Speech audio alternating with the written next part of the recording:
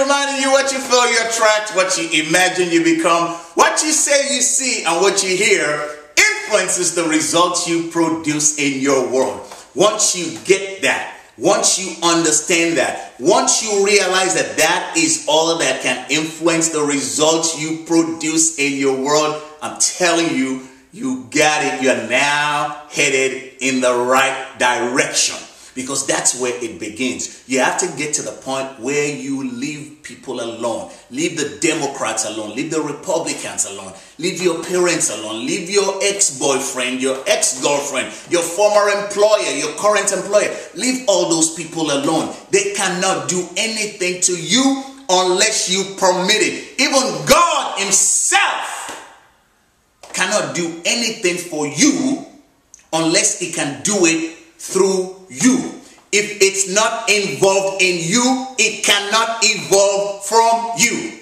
So, still trying to give you this analogy.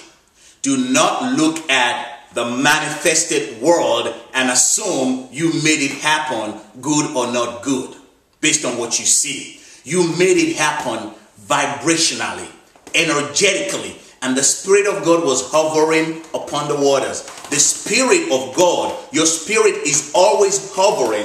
It is always invisible before it becomes visible. It is always dark. It is always empty. It is always formless. I was telling the study group, we have, as I mentioned to you several weeks ago, that we're going to be starting our study group all over again in January. We actually started. So we have a group that meets here. We do it by conference call too, but some people just come to the house and we get together. And I was sharing with the group during our last session. I was talking to them about what perfection really means. You know, everything, we're told in Genesis chapter 1, God saw all that he had made and behold, it was very good. And here's one thing, here's the point I'm trying to get at is this. Everything in your life is perfect. And I know you're saying time out. You're probably saying, Larry, up until now, I was following you. Now I don't get it.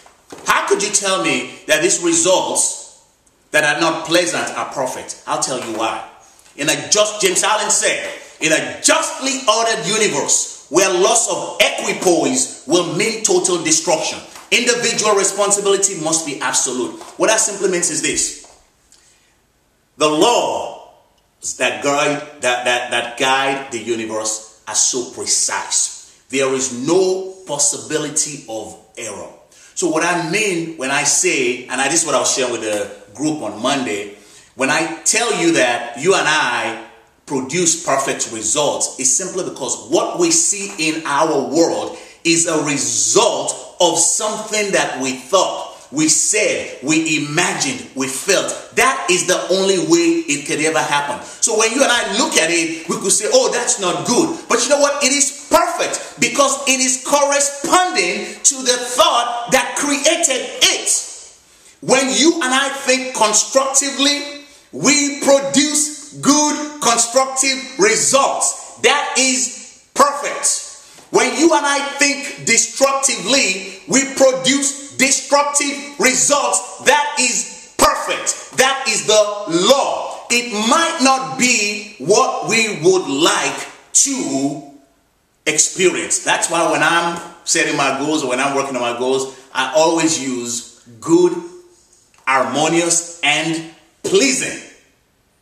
Okay? This making sense? We're out of time again. I am going to get to this example. I'm just trying to lay the points out. But you and I are responsible. The moment you get a grasp of that and leave everybody alone and start concentrating on your destiny triggers, you got it made. I'll talk to you.